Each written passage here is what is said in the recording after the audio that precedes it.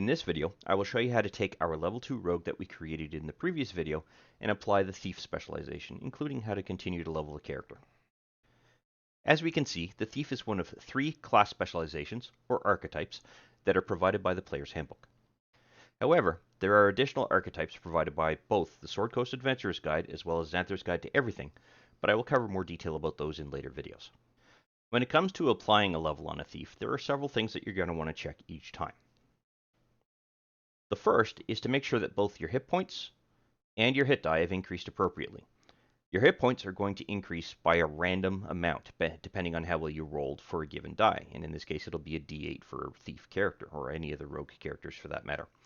However, your hit die are always going to increase by 1, and that should equal your level. So a level 2 rogue should have 2 hit die. A level 3 rogue will have 3 hit die, although by that point you're now a thief as opposed to a rogue, but that's beside the point. The next thing that you will want to check is to make sure that any skill, ability, or action that makes use of your proficiency modifier also correctly increase.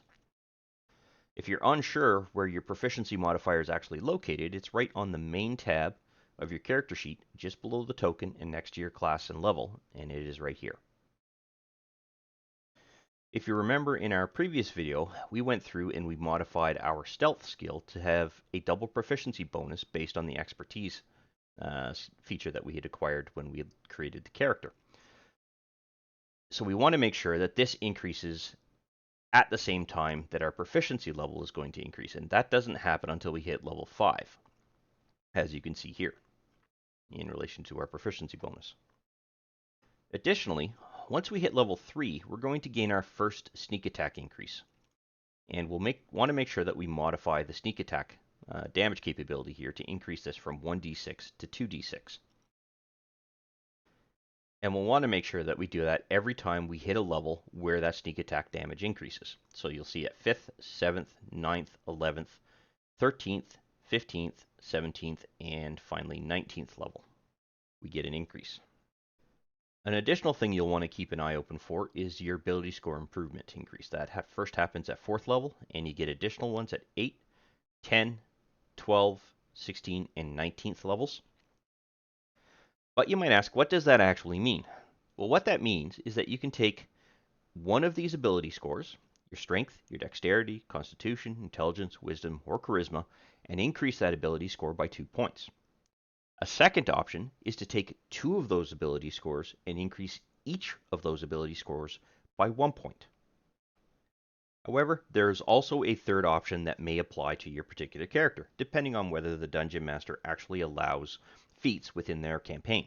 So instead of taking an ability score increase, you could take a feat, and they're available within the feats button here. And there's, as you can see, there's quite a few of them that are here.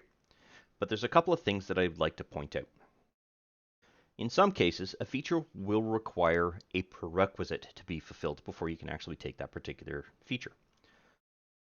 As an example, Skulker has a requirement to have a dexterity of 13 or higher, whereas Shieldmaster does not. So you'll want to be careful before you actually select or take a feat. And I will select a couple of features during the leveling up of this particular character to give you an idea as to how that works. The last thing you'll want to be cognizant of is the features that you're going to acquire as you level up your character. Some of them will come from your class specialization. Others will come from the base class, in this case the thief and the rogue. And some of these are actionable, meaning that you can apply them to the actions page and actually make use of them either during combat or during specific types of encounters or events or whatever. Generally, however, you will only acquire 1 feature per level.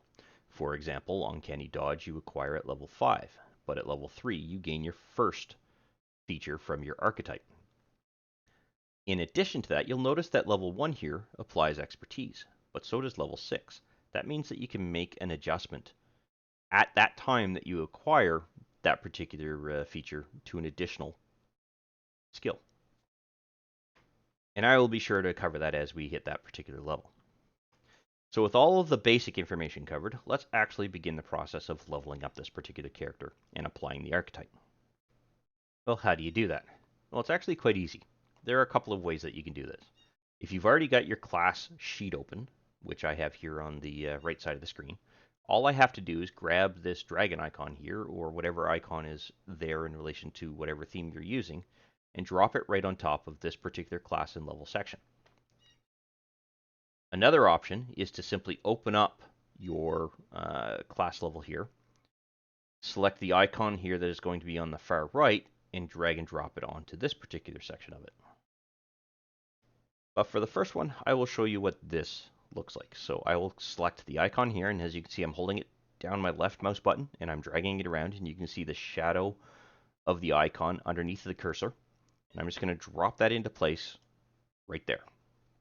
Now, as you can see, there are some additional archetypes that are being provided here. Many of those are coming from other modules that I am not going to showcase during this particular video. But the one we want is the thief one. So we want to select that, and we're done. We now have a level 3 thief as opposed to a rogue, although you could still classify them as a rogue. Our hit die have increased, as well as our hit points. So we've got 3 hit die, and that has also increased. We have not yet received our proficiency modifier. However, we do have our first sneak attack increase. So we want to go to the Actions tab, make sure that our sneak attack skill is open so that we can see the damage effect here, if you will. Click on the magnifying glass that is here next to the damage effect, and that will open up our ability to edit this particular skill, or action rather. You just simply replace the 1 with the 2. And now this will actually do 2d6 points of damage as opposed to 1d6 point of damage. Additionally, we'll want to double check Fury of the Small to make sure that its damage increased, which means that we've got this particular skill configured correctly, and we did that in our previous video. At the same time, we'll just want to make sure that these 2 skills also don't get additional adjustments based on a particular level, and no, it does not look like they do. So at this point, we are done. We don't need to make any adjustments to any of the melee or ranged weapons that we have here. And there are no additional adjustments that need to be made to our skill because we have not yet, as of yet, received a proficiency increase. Additionally, at level 3, we acquired Fast Hands. And what that allows us to do is make a bonus action to attempt to disarm a trap, open a lock, or use an actual object. So it combines with our cunning action ability here, which allows us to do something during a bonus action, so right here. But instead of it being a dash, disengage, or hide action, you could actually do one of these. So that is essentially level 3. Level 4, we will gain our first ability score improvement.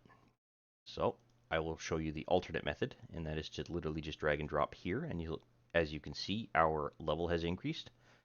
Our abilities have had adjustments. We've acquired an additional set of hit points, as well as an additional hit die. Our proficiency bonus, however, has not yet increased. But what about that ability modifier? So we've got an increase here with our ability scores. What that means is that I can take one of these particular skills and modify it by 2. But there is a catch. It can only go as high as 20. You cannot increase that value past 20 when you're doing an ability score improvement. But if you happen to have a magical item that is already pushing you to 20 or pushing it over 20, as long as the base number is still under 20, you can do that increase. What does that actually mean, though? Well, if you take a look at our dexterity, we have 17 points in our ability score already. Let's say that we had a +3 ring that modified our dexterity to give us a total value of 20. Our base value is still 17, but our actionable value is actually 20. I can still increase that dexterity score up to a total of 3 points before I can no longer increase it any further. Simply because it's the magical modifier that's pushing our ability score up to the value 20, not the base value of the ability score that is at 20. Now, obviously, when I'm making an ability modifier, I'm only getting 2 points, so I cannot increase that 17 up to a 20 right here and now. What I will do is increase this up to 19 using the +2 bonus that I am acquiring. And when we hit level 8, I will show you the modifications you make when you're doing 2 ability scores. And then at the level 10 ability score improvement, I will show you what a feature looks like. Okay, other than double checking the housekeeping side of things, nothing here is increased. Oh, wait, we had an increase. Interesting. Why is that? That seems incorrect because our proficiency bonus is still here. No, it is actually correct. The reason for that is because our dexterity has increased, which means we're now getting a +4 bonus as opposed to the +3 that we were having before. So the increase that we got here is in fact correct. So what other skills have had an actual change made here? Well, anything that has the dexterity dependency is going to be modified. So our sleight of hand is increased, as has our acrobatics. And you will find that anytime an ability score has been modified, that ability score could potentially modify one or more of these skills. Under ability scores, however, we haven't gained anything new here. I did, however, forget to cover these two particular features. One is the acquiring of our archetype, which is when we selected the thief specialization. The second is second story work. This really doesn't modify anything except a little bit of movement. So it's not something that we can actually potentially action here, although it might be worth throwing it in here just to show that you're going to use it as part of the chat history. And I'll show you how to do that. What this ability or feature gives you is the ability to climb without actually taking a penalty on extra movement.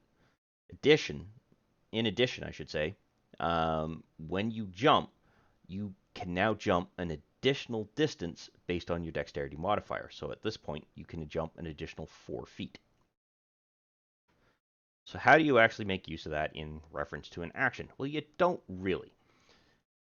But it is something that you could potentially role play through. And what you'll want to do is expand out this particular window here a little bit. Just simply drag it into place. It'll fall under the Powers tab, and you'll want to adjust it so that it is grouped based on your specialization. So in this case, I'm going to call it the Thief, provided I could spell it right. Now, why did I do this? Well, the Rogue is going to acquire an X amount of features that we might throw in here, but at the same time, so might the Thief. So you want to make sure that you are able to keep those separate. Plus, it allows you to minimize anything that you don't necessarily need right then and there. Additionally, it's literally just for organizational purposes, and it makes it easier for you to find things rather than just scrolling through the whole thing. You find your parent category for that particular feature or ability, and then make use of it. Back to how do you use it? Well, it's not something that you're going to gain damage bonuses for or anything like that, but what you can do is if you're in a situation where your character is going to be climbing something, you can just simply pop that into the chat to tell the DM that you're actually making use of that feature for your ability to climb. In addition, by doing that, you're allowing the DM to actually take a look at that particular feature, if you will, allowing them to read the description of that feature, which, by the way, you can also do just simply by doing this, dragging it right into there, and then that gives them a clickable link that they can make use of. So that catches us up to the point where we now have all of our features and abilities in place. So our next level is going to be level 5. And as we can see, we're currently Rogue 4. So I'm just going to drag and drop this into place. Now, don't know if you caught that, but our dexterity modifier has increased, or rather our save. And that'll happen because of our proficiency bonus.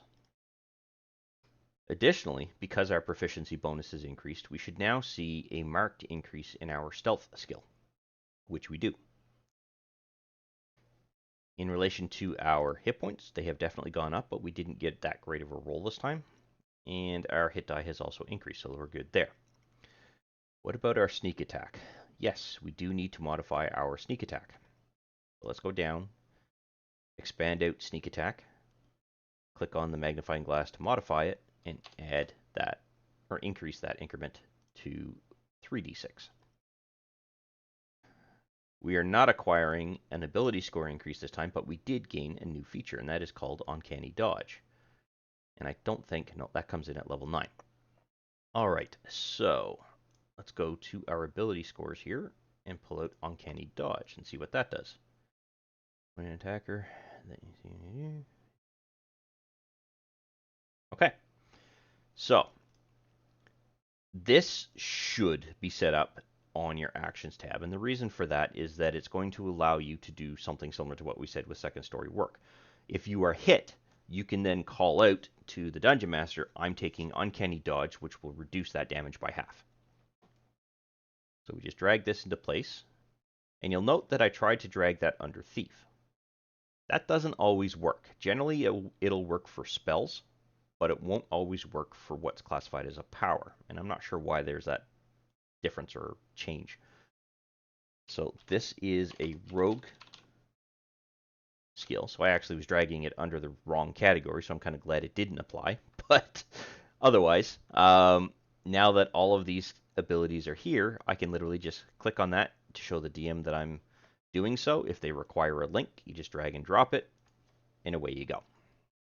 So what does level 6 look like? Well, level 6, fairly similar, except we're gaining an additional expertise increase here. So let's go to abilities, and we are gaining this again. Well, what does that mean? Well, what that means is that I can now choose 2 of my skills or 1 skill in my proficiency with my Thieves' Tools. Well, I don't need triple proficiency in my Thieves' Tools because you actually don't get the ability to do triple proficiency as far as I am aware anyway. So I'm going to decide to choose 2 skill proficiencies. Now, what will those be? Well, I'm going to choose Acrobatics, make that double proficient, and I'm going to choose Sleight of Hand, because those are my 2 strongest points.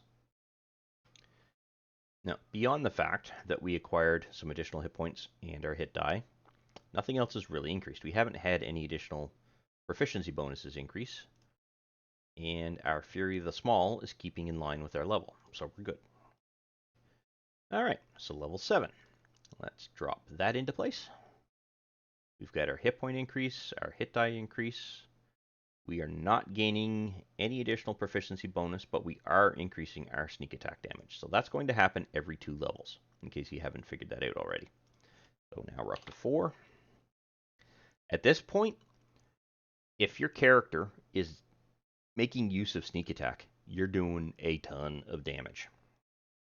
But you might be asking, how does that actually work? Well, it's easy to tell once you get into the description. There are a couple of situations where you're going to be able to apply this extra damage.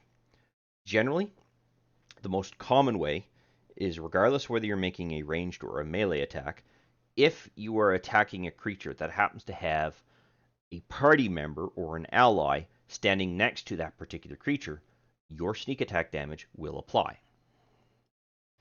But there is a small restriction to that, and that means that your weapon has to have the finesse ability if it's a melee weapon, or if it's a ranged weapon, just simply the ranged feature. Well, the trick is, how do you tell whether a weapon is finessed or is a ranged weapon? Well, a ranged weapon is fairly obvious. If you look under your Actions tab, a shortbow, well, that's a ranged weapon. The dagger is a thrown weapon or a melee weapon. When thrown, that technically could be argued that it is a ranged weapon. But generally, as I understand it through the rules of D&D, it is actually only applicable to something like a short bow or a longbow, crossbow, anything that is shooting ammunition at something, not something that is being thrown. In addition, the short sword has the finesse property. So any weapon that has that finesse property, you can always see it once you go into the details of the particular item. That will tell you that that particular weapon will allow you to make use of the sneak attack. There's also a couple of other, shall we say, limitations to this ability. One, if that enemy isn't incapacitated, sneak attack will apply. At the same time, if you don't have disadvantage on your attack roll, your sneak attack damage will apply. Additionally, at level 7, we also acquired a new ability called Evasion. Let's have a look at this. You can nimbly dodge out of the way of certain area of effects, such as a red dragon's fiery breath or an ice storm spell. When you are subjected to an effect that allows you to make a dexterity saving throw to take only half damage. You instead take no damage if you succeed on the saving throw, and only half damage if you fail. So essentially what that means is if somebody lobs a fireball at you, and you successfully save against that fireball, you take 0 damage. If you fail on that particular fireball spell, so you are going to take damage, you will only take damage at half the damage total, meaning that it would be the equivalent of you having made the save without this ability.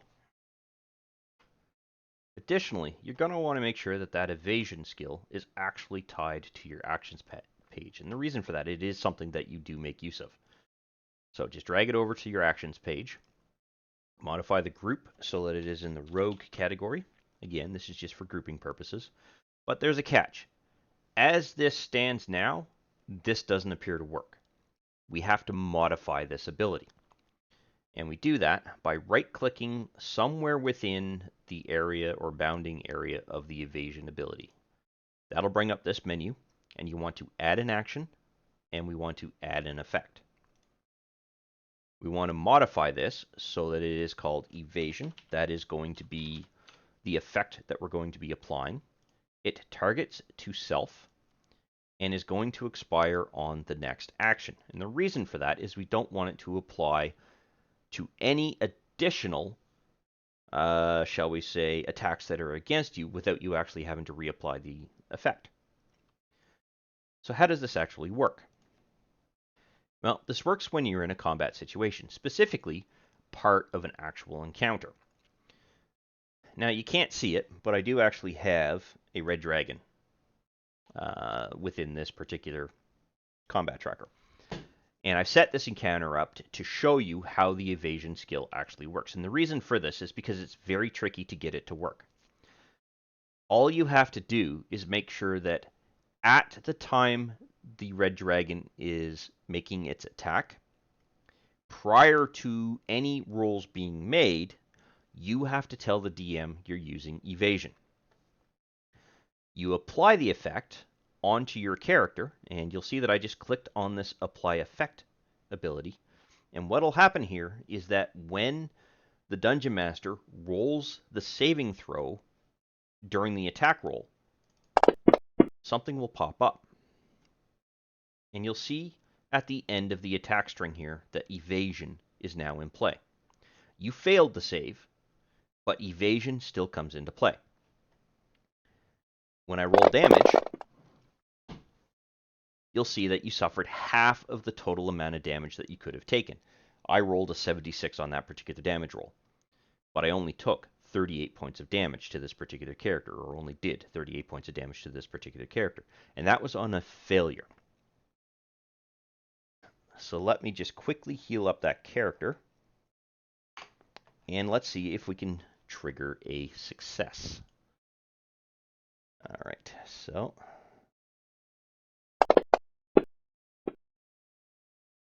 that is a success. Now what this means is that this particular evasion flag, now that the character has succeeded in that damage roll, it should reduce the amount of damage coming at this particular character to 0. Okay, so I'm just going to roll damage. I rolled a 53 for damage, but you will see that none was taken by this particular character, and that's because they successfully evaded the breath weapon that the dragon was firing at you. Now, granted, legally, I should have waited X number of rounds for that dragon to go through and regain its ability to potentially fire off its breath weapon again, but for the purposes of this particular example, I'm literally just showing you how it works. And I just noticed that the goblin boss is dying. Oops. Apparently I attacked a few too many. So that is how the evasion skill works. Now, this is something you're never really going to use, or at least it doesn't appear like you will ever use it. As a recommendation for any characters in my campaigns, I would recommend you delete that particular part of the effect so that you don't misclick and unintentionally get the wrong thing in play when you're being attacked by an adult red dragon. So what you can do is you can hover over this particular section of the effect, or in this case it is a saving throw, right click on it, and you don't want to delete item because that deletes the entire evasion feature. What you want to do is remove action, and then confirm that, and now you should have the evasion effect. I honestly don't know why it was set up that way, but this is the effect that you want to actually have in order to save against those kinds of attacks. Level 8 is going to be where we gain our next ability score improvements. So we are now at level 8. We have not gained a proficiency bonus, but we will in the next one. We have not gained any additional sneak attack die, but we will at level 9. So the only thing we have to really focus on is the ability score improvement. And as promised, I'm going to take one of these abilities, or sorry, rather two of these abilities, and increase each of them by 1 point. So I'm going to bring this up to 20. And the reason I did that is to showcase that once again, this skill has increased. All right, and that's setting it up for the next proficiency bonus. What else do I want to increase? Let's bring this up 1 point. And there's a reason I am doing that. So if you notice, there's no change in our constitution bonus here. So at 15 and at 14, it is the same constitution bonus. What that means is we do nothing with our hit points. But if I were to bring this up to 16, so let's say I applied 2 points to this particular ability, now I have gained a +3 bonus. And what that means is that I would add 8 total hit points to this particular maximum number of hit points. So it would go from 59 to 66 based on the number of 8. And the reason why I'm selecting 8 is because I'm at 8th level. And the reason I am selecting 8 as well is because I've gone from a +2 to a +1, which means there is a difference of 1 point times the level plus, and you add that to this. That's how that works. Now, in this particular case, we only went to level 15, so there is no change made. Level 9, we're going to gain several things. We're going to gain our next proficiency bonus, our next sneak attack damage increase, and our next roguish archetype feature, which in this case is going to be Supreme Sneak. So I'm going to drag this over onto here. I am now level 9. That's funny. I have actually gained 8 points, so I did a really good roll of that one. So our proficiency bonus has gone up, which means our dexterity saving throw bonuses have gone up. And you'll see that some of these other ones actually look like they have also gone up. In actuality, the only other one that went up was our intelligence one, and the reason for that is because we're proficient in that particular saving throw. We know that because our, where is it here? It's on our character sheet, saving throws. This is what we're proficient in. So our saving throws are dexterity and intelligence. So these are going to be the two that are going to increase each time our proficiency bonus gains an increase.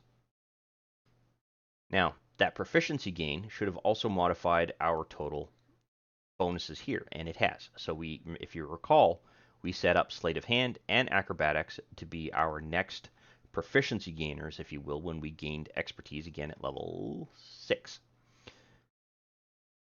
So as a result, we're now gaining a +13 bonus to those particular skills. That is absolutely ridiculous. Our sneak attack damage is also increasing, which means we need to modify this. Oops, I just shrunk it. Bring this up to 5d6, so the amount of damage you're now doing is just absolutely insane when making use of a sneak attack. And then finally, we have our Supreme Sneak skill. What Supreme Sneak gives us is advantage on any stealth check when we're moving at no more than half the speed on the same turn. So if your normal movement rate is 30 feet and you choose to move 15 feet, then and decide to do a stealth movement as part of that process, you will gain advantage to that particular check. But the thing is that when you actually drag this into your Actions tab, it doesn't give you any quote-unquote ability to or effect to click on. So this is a Thief Gainer, or feature rather. So what I recommend you do is actually do one thing. So what that thing is to add an effect to the Supreme Sneak ability, or action in this case. Simply right-click anywhere along this particular line. We want to make sure that we add an action, and then we want to make sure that we add an effect. We modify that effect with the magnifying glass here in the corner, and we want to make sure that we are modifying a skill. Oops. In the past, I have tried this with multiple upper or lowercase spellings of this particular word, where you might have a habit of, say, capitalizing the S here. I have found that actually doesn't work as well. I don't know why that is the case, but every once in a while, the effect just simply fails. So I highly recommend making sure that you just keep it lowercase. The system seems to work pretty consistently with it spelt that way, and it should give you no additional issues. So we want to make sure that we're targeting self, and we want to make sure that it expires on next roll. Now, how do you make use of this? Well, what you have to do is essentially just click on the effect, and you'll see that it will apply to yourself. Once it's applied to yourself, you make your skill roll. So you go over to your stealth check, double click on that die to roll it, and you'll see that we got 2 die rolls. Now, if I double click this again, you'll see we'll only get 1. So that proves to you that the effect actually works the way that we expected. In addition, the effect is now expired, hence shown by the way that this only rolled 1 dice, whereas this rolled 2. If you're never sure whether you rolled an advantage or disadvantage check, the die color will also change color. For advantage, it's green. For disadvantage, it's red. For normal rolls, it'll be the color of your die selection. So at level 10, we gain our next ability score improvement, and as promised, I will go through and choose a feature. So drag that over onto there. We are gaining no additional changes, so it's just the ability score improvement. I'm going to choose a feat, and I'm going to choose that Skulker feat. And the reason for that is it gives this character a bit more ability to actually hide a little bit better, if you will. Okay, so what I want to do is select the Abilities tab, and then I'm just going to drag that onto there. Now you'll notice that it went up here. Well, it went up here because it's not an actual class feature. It is an individual feat that you as the player are selecting. Now what makes this particular feature, or feat if you will, so unique is it gives you some additional abilities. You can try to hide when you are lightly obscured from the creature from which you are hiding. So if you're just kind of out of range or out of the visual range of a particular creature that you're trying to hide from, you can still attempt to hide and get away with it if you succeed. If you attack a creature with a ranged weapon and you miss, that attack does not reveal your position. Additionally, dim light doesn't impose a disadvantage check on your wisdom or perception check, if you will, when relying on sight. Now, how do you make use of this? Well, sadly, this feature is pretty much a role-playing feature.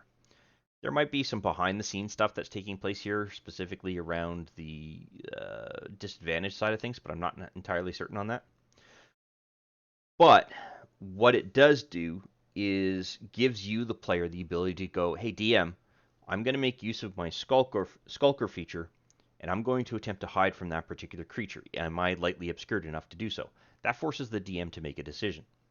Additionally, you'll have to remind the DM that when you make a ranged attack while you are skulking, that it will not reveal your position if it misses.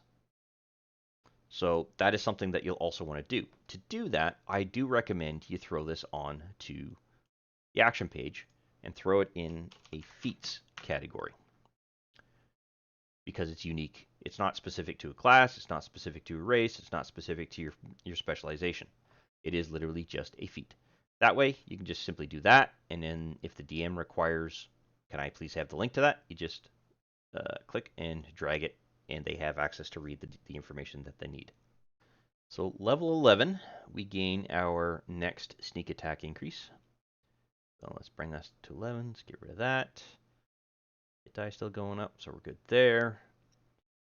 Sneak attack increase. We need to adjust sneak attack to add it an additional die here. Okay.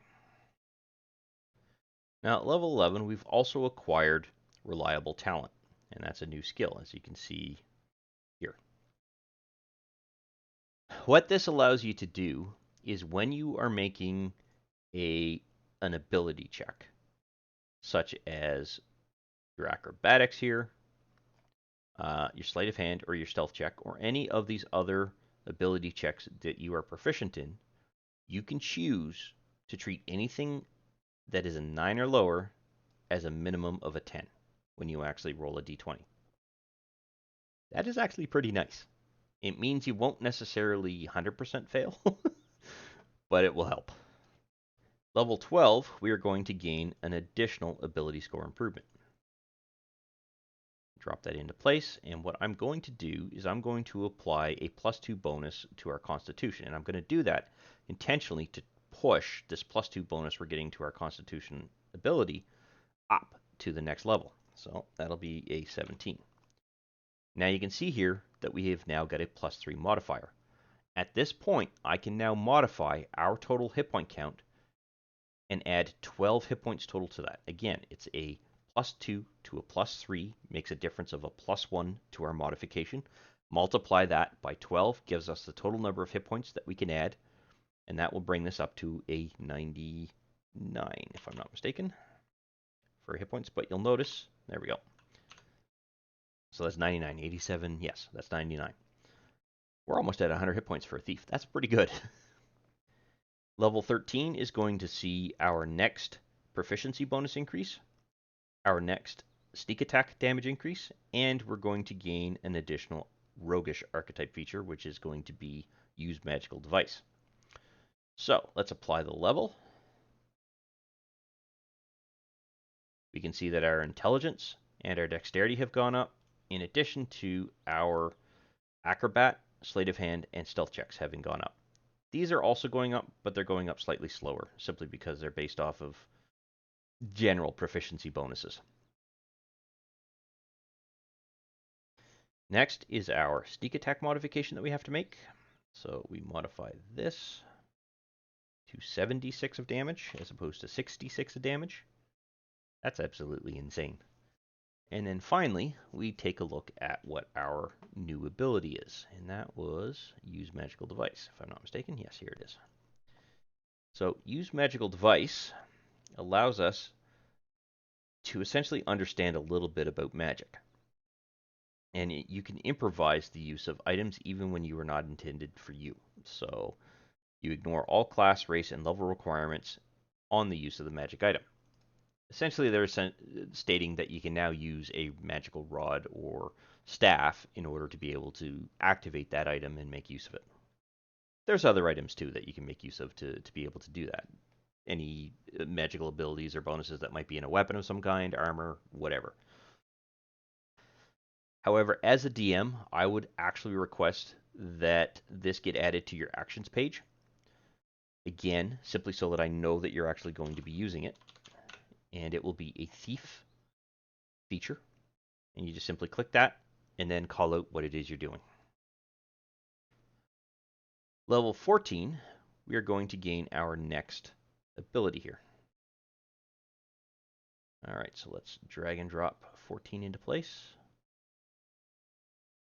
No additional points there, but we're going to gain Blindsense. So let's go to Blindsense. Oops, let's close that. And have a look. Starting at level 14, if you are able to hear, you are aware of the location of any hidden or invisible creature within 10 feet of you. Essentially, what that will do is nullify or void the ability for the DM to sneak a creature up behind you without you actually noticing that particular creature. Nullifying surprise to a certain degree. You can still get surprised. But if that creature approaches to within 10 feet of you and they're invisible or they're hidden, you can now see them as being there. At level 15, we will acquire our next sneak attack damage increase as well as another ability. So I'm just going to drop that into place. Go to Actions, modify Sneak Attack. It is now 8d6 damage. That is getting absolutely insane. I'm just going to minimize that for now. And we got Slippery Mind. So let's see what that does. There we go.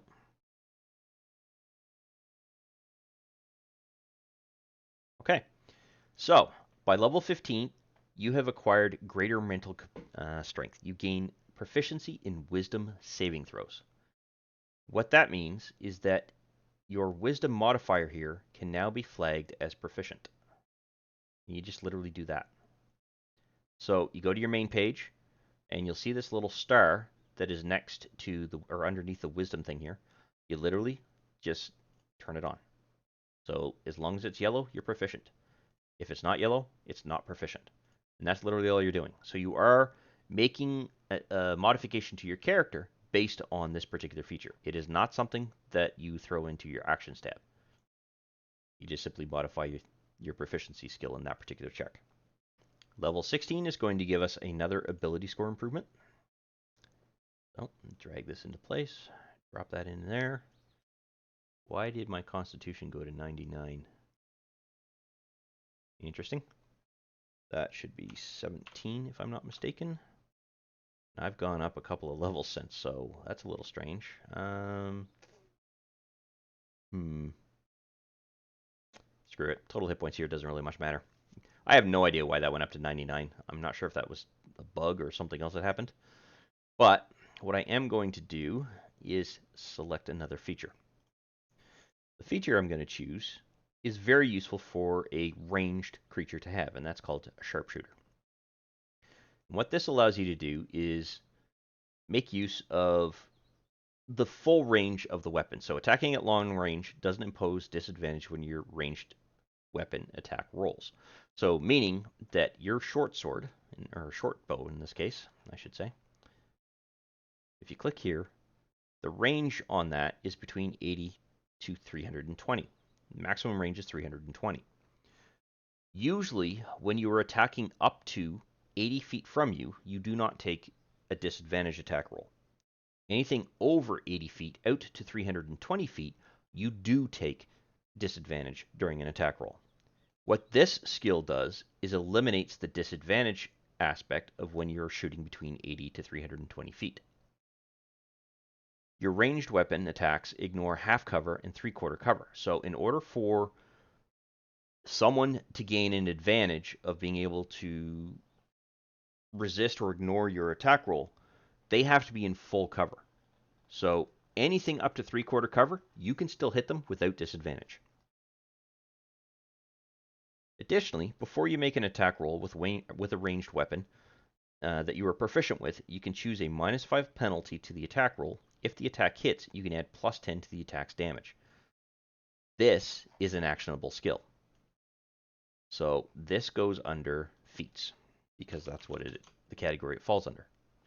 I'm not sure where those are coming from, but anyway. Now here's the thing.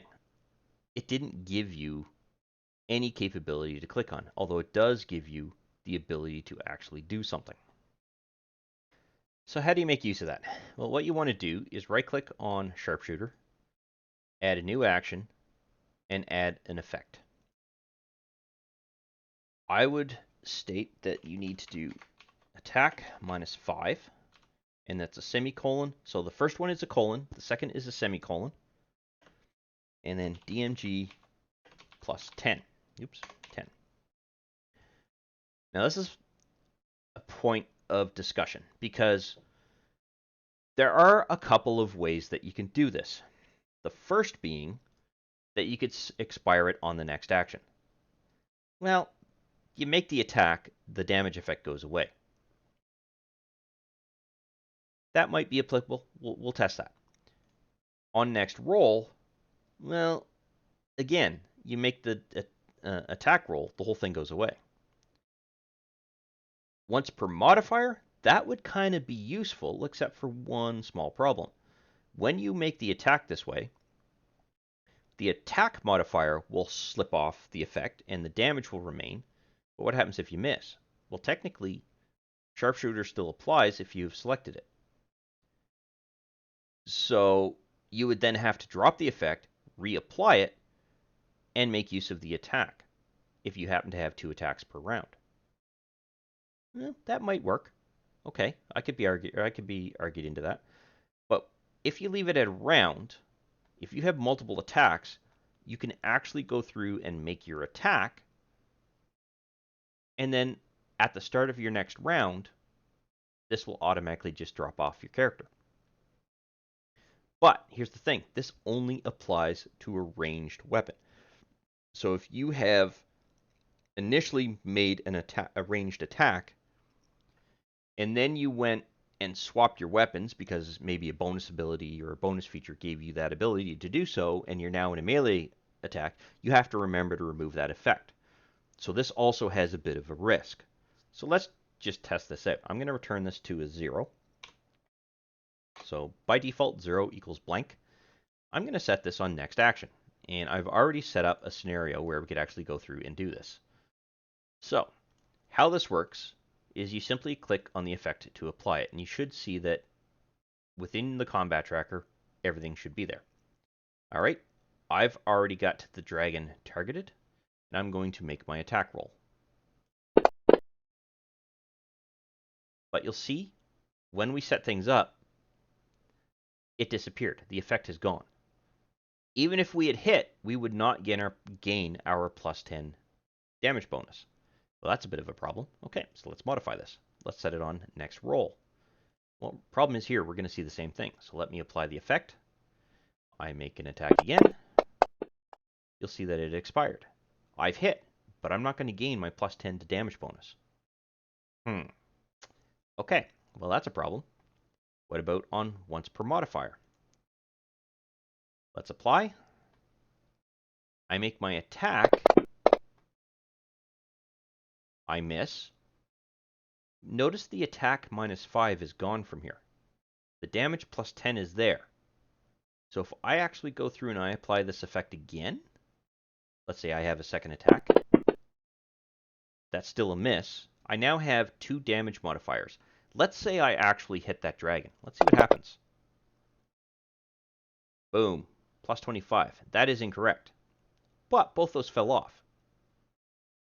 So this is probably the most appropriate way to do this, but you as the player are going to have to remember to remove the effect, and you do that by delete item here, if you happen to miss. So let's see, can I actually hit? I want to show, good, this is a hit. So this is a perfect case where this applies. So I have hit the dragon. Now you'll notice that I've gained a plus 5, but I've also subtracted a plus 5. That's because the whole thing is actually doing a plus 5 total, because I've actually got an attack damage of plus 10. Subtract 5 only gives me a bonus of plus 5. And you can see that, plus 10 right there. Okay, so let's roll the damage. The damage effect has kicked off, and I've gained plus 15. Perfect, because by default I only gain plus 5. So I've done an additional 10 points of damage. I would argue this could work as it's configured. The other way is to never expire it, but have it expire after the next round. I apply the effect, I make the attack roll. This is going to be a hit. I do the damage. Well, now there's a problem. This is still here. If you have no other attack that you can do during this round, so you're not even in the turn, so let me advance that on the DM screen. Ding, ding, ding. Now if I bring, you'll see that the effect is now gone. That is probably just as effective as the other method. I kind of like this method though, once per modifier, and keep that there as once per round so that it automatically expires regardless. And that just covers the case of, oops, I forgot to remove it. Well, it's not going to stick around anyway. So that would be the configuration I would recommend setting it up in, is blending the two together. So level 17 is going to be our next level. And this is where we're going to gain our last thief class specialization feature, if you will. Let's drag this into place. That is funny. But anyway, not sure why that happened. All right, let's see what this ability is. When you reach 17th level, you have become adept at laying ambushes and quickly escaping danger. You can take 2 turns during the first round of any combat. You take your first turn at your normal initiative and your second turn at your initiative -10. You can't use this feature when you are surprised. Interesting. You take 2 turns during the first round of any combat. Okay, so I'm wondering if that means that you take your first attack when your initiative roll actually occurs, and then you take that initiative roll and modify it after you've made your attack, subtracting 10, and you get to go again during that first round. That's the way that I would read that. Okay, so that's going to require notification to the DM.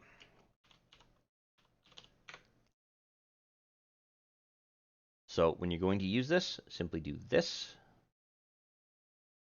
Make your modification in your initiative, which we don't have any right now, so let me roll one. Roll initiative, just so it is there.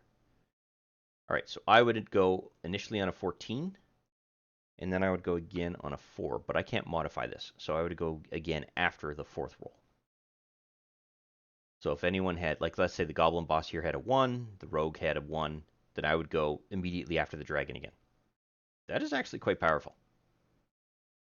That is kind of cool. I wonder if there's a way to subtract the initiative. Let me look into that. After doing some digging, there is no way to modify the initiative through an effect or anything, but what can happen is the dungeon master can simply just make the modification after the fact. So what you'll want to do is have him or her adjust it after you've made your attack, and then you just move down into the combat tracker. All right, before we move on to level 18, however, we do still need to increase our sneak attack damage. So I just want to make sure I don't forget to do that. So that'll be 9d6.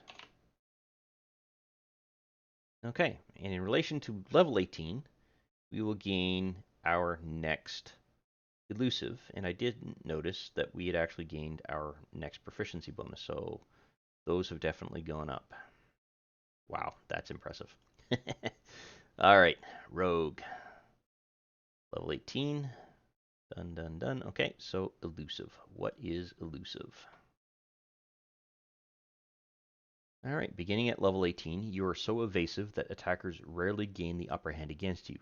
No attack roll has advantage against you while you aren't incapacitated. Okay, so anytime someone gains an advantage against you, they're automatically negated, is the way I read that. So this will be a rogue feature.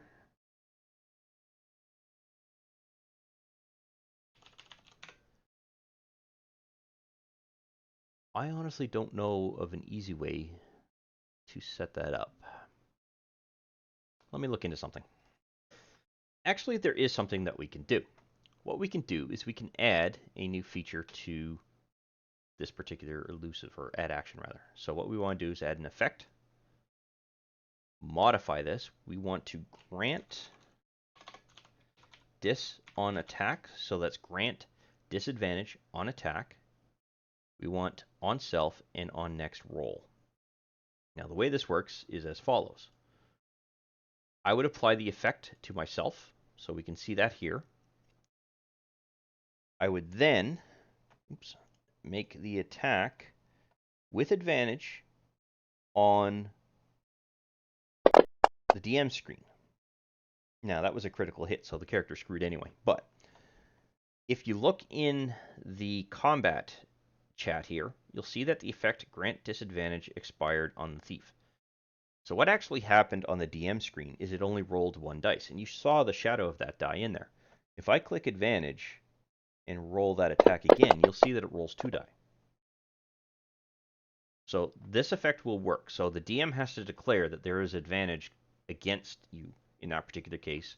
You then declare, I am granting disadvantage through my elusive skill, and then they roll. So you have to make sure that effect is in place before you do anything. Additionally, it is not something that expires, so you can use that at will during the entire combat encounter if you wish. So level 19, we'll see our last ability score improvement, our last increase to the sneak attack damage, and we've already received our last proficiency bonus gain. So I'm going to drag level 19 into place, hop down to sneak attack, make our last adjustment. Oops, our last adjustment. So we're now doing 10d6 points of damage. That means your sneak attack could theoretically do up to 60 hit points of damage. That is absolutely insane. Now the ability score modifier, because saves are coming into play here, I'm going to bring that up to a 9. Give us a little bit more of a bonus here. Yeah, +5 bonus. So that's all I'm going to do for this one. Finally, level 20. The level every character or player wishes they could get their character to. All right, so we got Stroke of Luck. And we can close this because we don't need that anymore. So what is Stroke of Luck? All right, Stroke of Luck. At 20th level, you have the Uncanny knack for succeeding when you need to. If your attack misses a target within range, you can turn the miss into a hit. Alternatively, if you fail on an ability check, you can treat a d20 roll as a 20. Well, that seems a little bit overpowered. Interesting. Once you use this feature, you can't use it again until you finish a long or short rest. All right, so that does require a use. So this will be Rogue. So it will go under the Rogue category here. A Stroke of Luck doesn't actually have any modifier or toggle associated with that. So for now, I would recommend you simply prepare it for 1 daily use. So what this will mean is that you have to do, oh, no, actually it's a rest. So it's a short or a long rest. So you can make use of it, and then it goes away. So I can use it. Okay, it's now gone. If I go and execute a rest, let's say short rest, that should come back, and it does. It looks like they finally fixed that. And if I do a long rest, it comes back. Perfect. Where's that other skill that we were having problems with? Is that under? I do Fury the Small. Rest. Okay, good, that's fixed. With that, we are now complete with leveling up the Thief. I hope you enjoyed this video, and I will see you in the next one. I wish to thank you for taking the time to watch this particular video. I hope you found it informative and useful to familiarizing yourself with Fantasy Grounds in general, and that you had fun in the process. If you found the video useful and you liked the content of the particular video, go ahead and click that like button to let me know.